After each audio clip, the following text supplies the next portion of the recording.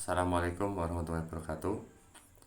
Anak-anakku, pada hari ini kita akan membahas tentang uji kompetensi, yang mana uji kompetensi ini materinya yaitu tentang seni lukis di bab pertama pada pelajaran seni budaya. Langsung aja ya anak-anakku, karena memang ini sangat dibutuhkan di dalam proses untuk mengukur tingkat pemahaman kalian dengan materi yang terkait dengan seni lukis. Nomor 1, tokoh yang mengatakan mayoritas orang Bali adalah seniman, yaitu yang benar adalah C, yaitu Maxwell Carvalho-Blas. Yang kedua, sisa kebudayaan primitif Bali dan kesenian megalith saat ini masih terdapat di daerah Denpasar. Seni lukis tertua di Bali adalah di daerah Klungkung, seperti materi yang ada di depan, yaitu daerah Klungkung memang salah satu tempat yang menghasilkan karya tertua, lukisan tertua di daerah Bali. Kemudian yang keempat, motif lukisan Kamasan adalah ilustrasi dari sebuah karya sastra.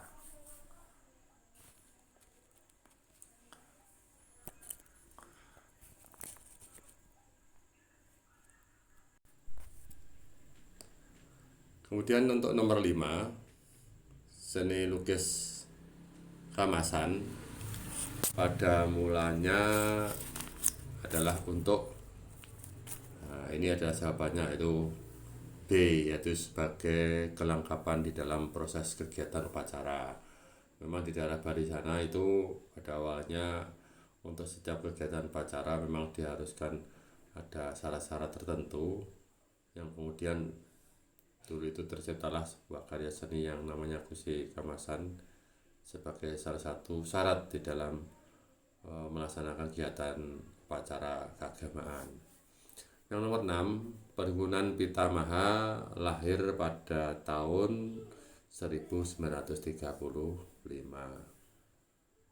Tokoh-tokoh yang melakukan penyegaran terhadap seni lukis Bali yaitu Walter Space. Jadi jawabannya B. Kemudian yang nomor 8, seni lukis The Young Artist timbul atas prakarsa dari Ari Smith. Jawabannya ada Ari Smith, yaitu jawabannya A. Aliran The Young Artist berkembang massal, yaitu berkembang secara pesat, yaitu di daerah Penitasan.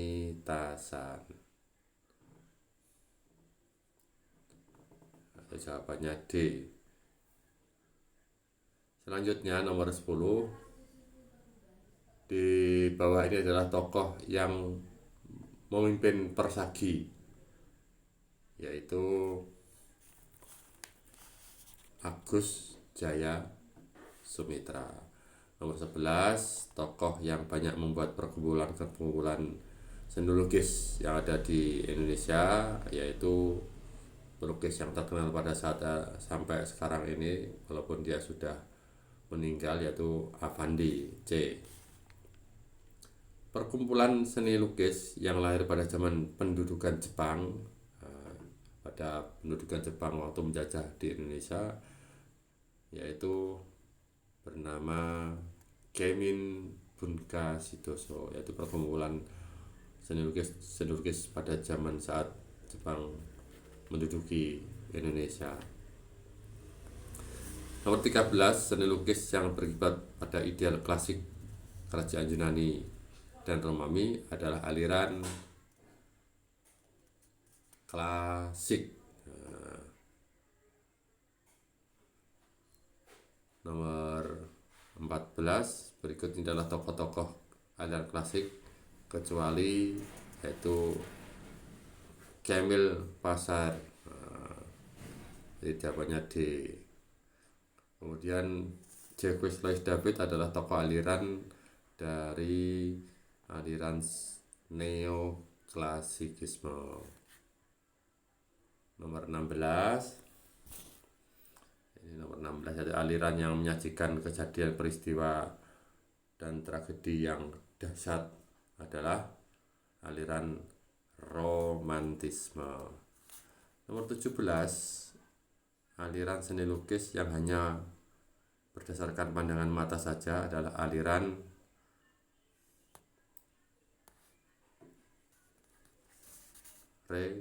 realisme. C. Jean Vanquist adalah tokoh aliran realisme juga, jadi tokoh aliran realisme yang memang alirannya itu berpandangan pada bagaimana mata melihat saja, yaitu Jean Vanquist ini tokohnya. Yang nomor 19, Henri Matisse adalah tokoh aliran dari Fauvisme. Nomor 19 ini adalah Fauvisme. Frans van Gogh, Edward Munch, James Ensor, dan Ferdinand Holden maksudnya adalah tokoh aliran ekspresionisme. Nomor 21, seni lukis yang menonjolkan komposisi bentuk-bentuk ruang serta menonjolkan petak-petak dan garis-garis lengkung adalah aliran kubisme.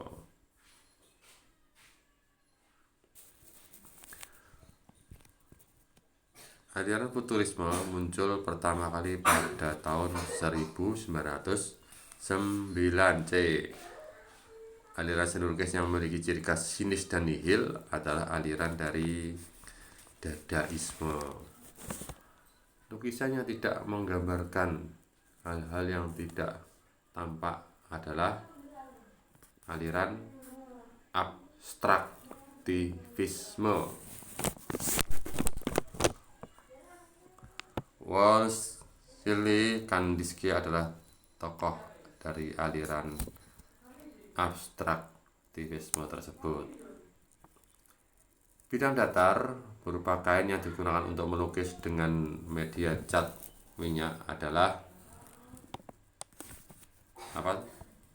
yaitu kanvas.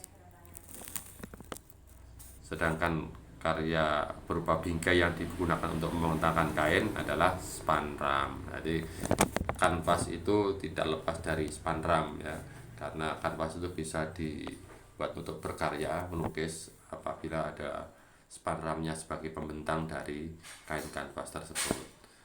Nomor 28, ciri kuas cat minyak adalah sebagai berikut kecuali ujungnya yang runcing, yaitu salah satunya yang memang bukan dari ciri khas dari kuas cat minyak adalah ujungnya runcing. Karena ujung runcing ini dipakai untuk kuas yang memang dia harus menggunakan bahan pencair dari air, seperti kuas untuk cat air atau untuk cat pelakat. Piring dari bahan plastik yang mempunyai beberapa cekungan adalah apa? Nah, ini adalah merupakan salah satu alat di dalam kita membuat sebuah karya seni lukis, yaitu piring, palet, cat, air. Selanjutnya,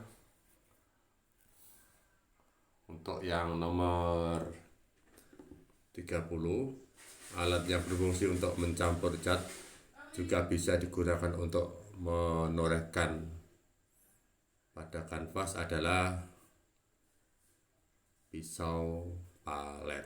Nah, pisau palet ini adalah salah satu alat yang memang fungsinya bisa diibaratkan seperti kuas ya, tapi di dalam proses melukisnya ini memang difungsikan untuk menorehkan cat di atas kanvas. Kalau kuas kan mensapukan warna, kalau yang pisau palet adalah menorehkan karena berupa plakat untuk catnya tersebut. Untuk yang isian, nah sekarang isian kita bahas bersama juga. Yang pertama, lukisan tertua adalah lukisan yang terdapat pada gua atau dinding-dinding gua. Seni lukis kemasan juga menonjolkan dapat dikelompokkan ke dalam seni lukis tertua di daerah Bali. Nomor 3, lukisan kemasan lahir dengan peralatan yang sangat sederhana. Motif lukisannya kebanyakan sebagai apa? Nah, ini adalah sebagai ilustrasi karya sastra. Nomor 4, perkumpulan Pitamaha di Bali lahir pada tahun 1935. Yang nomor 5, aliran The Young Artist muncul di Bali pada tahun 1961 diprakarsai oleh Ari Smith ya. Perkumpulan pertama pelukis-pelukis Indonesia yang didirikan pada tahun 1938 adalah Persagi. Nomor 7, pada masa pendudukan Jepang, seniman mendapat tempat dengan dibentuknya pusat kebudayaan Indonesia berbahasa Jepang Keimin Bunkasidoso yang diketuai oleh Agus Jaya Sumitra. Jadi Agus Jaya Suminta ya, maksud saya Jaya Suminta, Agus Jaya Suminta. Kemudian nomor 9, nomor 8, aliran seni lukis yang berkiblat pada ideal klasik kerajaan Yunani dan Romawi adalah klasikisme. Nomor 9, Jacques Louis David adalah tokoh pelukis aliran neoklasikisme atau klasik baru. Nomor 10, aliran seni selalu menyajikan kejadian peristiwa yang tragedi yang dahsyat adalah aliran dari romantisme. Nomor 11, Gustav Courbet, Jean Francois Millet, Andrew Zemer adalah tokoh dari aliran realisme. Aliran seni lukis yang menghadirkan karya-karyanya sesuai dengan bentuk alam yang sesungguhnya. Dengan kata lain, aliran ini betul-betul memindahkan alam secara utuh seperti karya foto adalah aliran dari naturalisme. Nomor 13, suatu aliran seni lukis yang menggambarkan suasana pagi, siang, dan sore adalah aliran impresionisme. Henri Matisse, Henri Moiseau, Rodolphe dan adalah tokoh dari pelukis aliran fauvisme. Nomor 15, Piet Mondrian, Moski, Kandinsky, Casimir Malevich, Jackson Pollock adalah tokoh pelukis aliran abstraktivisme.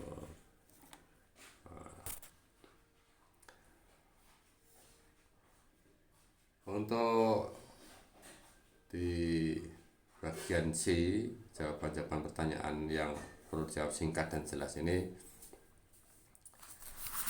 Yang pertama,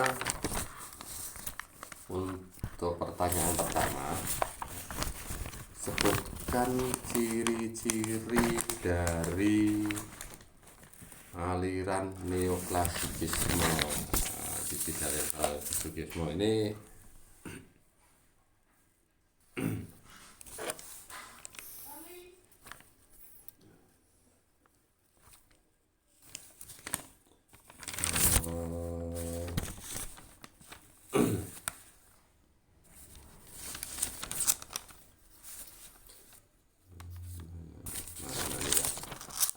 coba cari bersama untuk jawaban dari pertanyaan ini ya. Yang pertama, dia itu berkesan dibuat-buat, dibuat-buat ya, mengada-ngada. Kemudian yang kedua mengarah pada bentuk dekoratif. Yang ketiga mengesankan bentuk yang indah dan elok. Sedangkan yang keempat temanya itu mengacu pada kehidupan kerajaan. Kemudian yang kelima itu tema-tema yang diangkat itu juga menjunjung nilai-nilai kemakmuran. Nah, jadi istilahnya mengandung nilai-nilai kesenangan, kemakmuran. Yang kedua, sebutkan ciri lima ciri dari aliran romantisme. Nah, yang pertama yaitu penuh dengan gerak. Yang kedua, penuh dengan gejolak. Yang ketiga, emosi yang meluap-luap. Yang keempat, warna yang meriah. Dan yang terakhir, nomor 5 adalah penuh dengan kegetiran. Nomor 3, sebutkan 4 tokoh aliran realisme. Nah, di tokoh aliran realisme itu yang pertama adalah Gustave Courbet, yang kedua Jean Francois, yang ketiga adalah Millet, yang selanjutnya nomor 4 adalah Honoré de Meurer. Yang nomor 4, sebutkan 4 ciri karya impresionisme. Nah, ciri-ciri karya impresionisme yang pertama adalah menonjolkan warna itu sangat-sangat ditonjolkan sekali. Kemudian yang kedua adalah sangat memperhatikan sinar bayangan, dan sinar arah datang dari mana itu bayangannya juga sangat menentukan sekali. Yang ketiga, sangat dipengaruhi oleh keadaan cuaca. Yang keempat, tidak pernah menggunakan warna hitam. Sekarang yang nomor 5, jelaskan yang dimaksud dengan aliran Fauvisme. Aliran Fauvisme ini adalah aliran baru pada saat dan zaman itu, yang kemana aliran ini berusaha untuk membebaskan diri dari segala pengaruh tentang keindahan alam. Jadi istilahnya itu bebas, tidak harus bertuju pada satu tema tentang keindahan alam saja. Itu yang Fauvisme. Yang ke nomor 6, sebutkan 5 ciri-ciri aliran Fauvisme. Nah, yang pertama yaitu penampilannya yang cemerlang, arti mencolok ya, cerah. Kemudian yang kedua, menggunakan garis-garis warna yang berani. Yang ketiga, kadang-kadang saling bertentangan. Kemudian yang keempat, berkesan seperti pesta warna di atas kanvas, karena warna memang dia berani, berbagai macam warna dia tumpahkan di media kanvas. Kemudian yang kelima, mengesankan kesatuan yang kuat sekali. Jadi kesatuannya antar warna satu, model atau mungkin titik fokus yang satu dengan titik fokus yang lain itu sangat-sangat kuat. Nomor 7 sekarang ya. Nomor 7, sebutkan contoh tokoh aliran ekspresionisme. Di sini yang pertama adalah Vincent van Gogh, Edvard Munch, yang ketiga adalah James Ensor, dan yang keempat adalah Ferdinand Holder. Nomor 8, sebutkan 2 tokoh aliran kubisme, yaitu yang pertama adalah Pablo Picasso, yang kedua adalah Georges Braque. Nomor 9, sebutkan ciri umum aliran dadaisme. Aliran dadaisme ini mempunyai ciri umum, yaitu dia itu mengedepankan kesan sinisme dan nihil, yaitu intinya yaitu kesannya itu terdapat nilai-nilai sindiran. Nah, kemudian pandangan yang kosong, karena disebabkan kenapa? Karena pada zaman itu nilai-nilai sosial sama nilai-nilai estetis keindahan dari sebuah karya seni itu hilang karena dilanda dengan adanya kekacauan dan peperangan. Yang nomor 10, sebutkan 6 media yang diperlukan dalam kegiatan melukis. Ya, tentunya kalian sudah tahu semua media-media apa saja yang mungkin bisa dipakai untuk kegiatan melukis. Tapi perlu Bapak saya contohkan di sini, sebenarnya banyak sekali ya. Tapi 6 diantaranya, yang pertama adalah bisa menggunakan cat minyak, atau yang kedua adalah cat air kalau memang kita membutuhkan cat yang berbahan dasar pencairnya air. Yang ketiga, media yang dipakai itu bisa kanvas atau kertas atau apa saja yang bisa dipakai untuk berkarya. Yang selanjutnya adalah spanram untuk membentangkan kain kanvas itu ya. Kemudian ada juga kuas. Nah, ada juga palet, kirim palet juga ya, atau yang juga disebut dengan media untuk mencampur warna. Ada juga pisau palet. Nah, pisau palet itu pisau kecil yang dipakai untuk menorehkan warna di media kanvas. Nah, itulah anak-anak dari pembahasan yang terkait dengan materi pertama seni lukis yang sudah kita bahas bersama. Coba kalian pelajari, kalian cermati. Mungkin ini sangat berguna pada kalian semua terkait dengan ujian-ujian yang mungkin di dalam PTS ini ada materi yang keluar di dalam pelajaran seni lukis.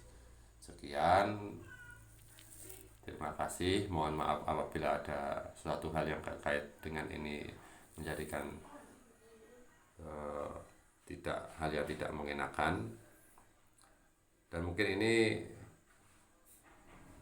juga salah satu cara di mana kita untuk bisa berkomunikasi, karena memang kendala waktu dan juga kondisi yang tidak memungkinkan untuk bertatap muka.